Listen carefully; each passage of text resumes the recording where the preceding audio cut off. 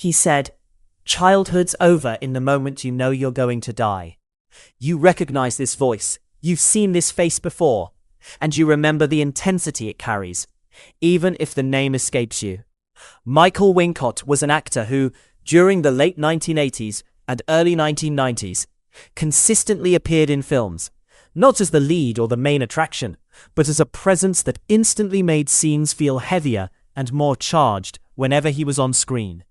Then, gradually, he vanished from the spotlight. There was no scandal, no dramatic downfall, no defining moment where everything went wrong.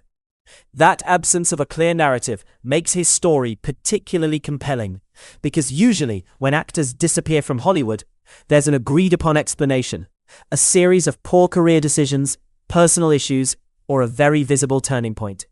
With Wincott, there's none of that. So what actually happened? Michael Wincott was born in Toronto in 1959. His mother was a dancer and an artist, and his father was a writer. It was not a household filled with celebrity glamour, but it was one where the craft mattered deeply. There was an unspoken expectation that if you were going to do something, you did it with seriousness and dedication. Acting wasn't something Wincott stumbled into. He pursued it deliberately. He trained at Juilliard and spent years honing his skills in theatre before he ever set foot in front of a film camera. This foundation was crucial because it meant he wasn't learning how to sell himself or how to become a star. He was learning control, precision, and how to use his voice and stillness effectively. Before Hollywood took notice, Wincott was already working steadily. His screen debut came in the Canadian horror film Curtains, a strange and unsettling movie that relied heavily on atmosphere rather than straightforward explanation. Around the same time, he appeared on television, including a brief role in Miami Vice in the early 1980s. None of these early appearances made him famous, but they made him visible. More importantly, they showcased the kind of presence he brought to the screen, an intensity that demanded attention without needing to dominate. By the time Hollywood noticed him, Wincott already understood exactly what he contributed to a film. The question wasn't whether he could deliver, it was whether the industry knew how to use someone like him. By the late 1980s, Wincott was steadily moving through the film industry. He appeared in movies like The Sicilian, Talk Radio, and Born on the 4th of July. His roles were sometimes brief, sometimes on the fringes of the story, but he was almost always cast to add weight, threat, or authority. These weren't roles that made him a star, but they positioned him as a reliable actor directors trusted to bring gravity to a film. By the early 1990s, Hollywood recognized what he brought to the table, and his roles began to grow in size and importance. In Robin Hood, Prince of Thieves, Wincott played Guy of Gisborne, standing opposite Alan Rickman, who clearly enjoyed playing his villainous role with a certain flair. Wincott, however, took a different approach. He pulled everything inward.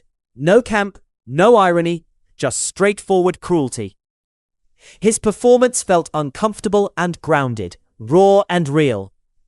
Then came The Crow, a gothic, violent, almost operatic film where Wincott again refrained from dominating the frame. Instead, he let his voice and stillness do the heavy lifting, defining his character with subtlety. Even in uneven films like Strange Days and Alien Resurrection, Wincott never wavered from his approach. He didn't wink at the audience or soften his characters to make them more palatable. He let their edges remain sharp and unresolved. This became his signature style. Wincott didn't take over scenes by being loud or flashy. He took them over with sheer gravity. When he was on screen, you couldn't look away, even when he barely moved. For a time, Hollywood valued that quality highly. He became the go-to actor whenever a film needed someone unsettling, dangerous, or morally ambiguous. And it wasn't just genre films. Throughout the early 1990s, he appeared in mainstream projects like 1492, Conquest of Paradise, The Three Musketeers, Metro, and Romeo is Bleeding. His roles varied in size, but were consistently impactful. Romeo is Bleeding is particularly notable because Wincott shared the screen with Gary Oldman, another actor known for his intense performances. Oldman's characters often evolve and shift through different moral states, showing complexity and change. By contrast, Wincott's characters tend to remain fixed, unresolved, and contained. They don't open up much or shift dramatically. This consistency is compelling, but also quietly highlights the limits of how Hollywood cast him. People who worked with Wincott often described him as an actor who didn't require much management. Once he understood a role, he arrived prepared, economical, and very clear about his choices. He worked steadily and delivered every time. However, this kind of effectiveness didn't always lead to bigger or better roles.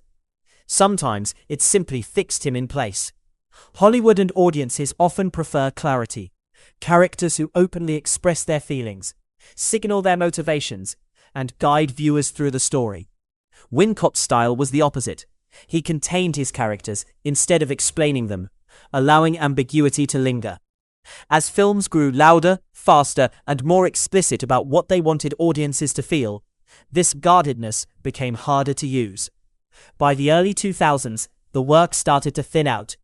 Not suddenly or dramatically, but the change was noticeable. This shift wasn't really Wincott's fault or Hollywood's fault alone. It seemed more like a change in audience expectations. Viewers were trained to want characters who were easier to read, more emotionally transparent, and less opaque. Studios followed this trend, favoring actors who could adapt quickly and move fluidly between tones. Actors who were like Swiss Army knives, versatile, reassuring, and approachable. Wincott, on the other hand, was more like a scalpel or a hammer, precise and powerful, but less adaptable. It's easy to imagine that he might have been more at home in American cinema a generation earlier. In the 1970s, actors like Gene Hackman, Al Pacino, and Robert De Niro were allowed and even celebrated for their opacity and complexity. Characters didn't have to explain themselves. Their guardedness was part of their allure. By the time Wincott emerged, the industry was moving away from that style. Not necessarily wrong, but out of step with his strengths. Rather than chasing roles that didn't fit him, Wincott stepped sideways. Not out of desperation, and certainly not because work disappeared entirely, but because he had another option. Theatre was always his foundation, a place where voice, stillness, and precision were valued, rather than smoothed out. He returned to theatre not as a refuge or a fallback, but as a priority. Unlike some actors who return to the stage for prestige or publicity, Wincott did so quietly, often appearing in New York or regional productions, without fanfare or media attention. He still took screen roles, but more selectively, smaller projects or parts that genuinely interested him, rather than roles designed to keep him in the public eye. Hollywood often offers a trade-off, visibility in exchange for compromise. Wincott quietly declined that trade and continued to work on his own terms. This wasn't a retreat, it was authorship. Even into the 2000s, he appeared in mainstream films like Along Came a Spider, but his roles became narrower and more familiar. As he moved away from the center of the industry, some of his choices became more personal. For example, he appeared in The Diving Bell and the Butterfly, not as a career move, but because the project was connected to people he cared about. Later, he showed up in What Just Happened, a film about the chaos and absurdity of Hollywood itself. Even when stepping back from screen roles, Wincott's work did not stop. He also pursued voice acting, a medium where performance matters more than profile. This made perfect sense, because his voice carries authority, weariness, and menace, without needing any visual context. It's the same presence, just without the camera. Then, in 2022, something intriguing happened. Jordan Peele cast Michael Wincott in Nope as Antlas Holst, a veteran cinematographer obsessed with capturing the impossible shot. It's not a large role, but it's a precise one. Wincott didn't reinvent himself or soften his presence. Instead, Peele crafted a character that required exactly what Wincott has always offered: seriousness, restraint, and intensity without explanation. For a moment, the industry met him on his own terms. Outside of his acting work, Wincott remains intensely private. There's no confirmed public information about marriage, children, or a permanent home base. In many ways, his real life mirrors his screen presence: guarded, withheld, and deliberately opaque. So what really happened to Michael Wincott? In truth, nothing changed about him. What remained consistent was his approach to acting. He never chased volume or visibility. He never reshaped himself to follow trends or industry demands.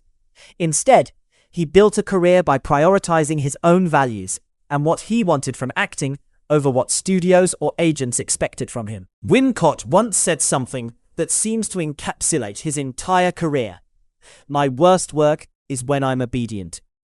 That line explains almost everything about his choices and the path he carved out. For anyone entering the craft today, there's a lot to learn from that ethic. In the end, Michael Wincott built a body of work any actor would be proud of. He didn't fade away. Rather, the kinds of films that needed someone like him simply became rarer. And even now, you can still feel the unique intensity he brought to the screen.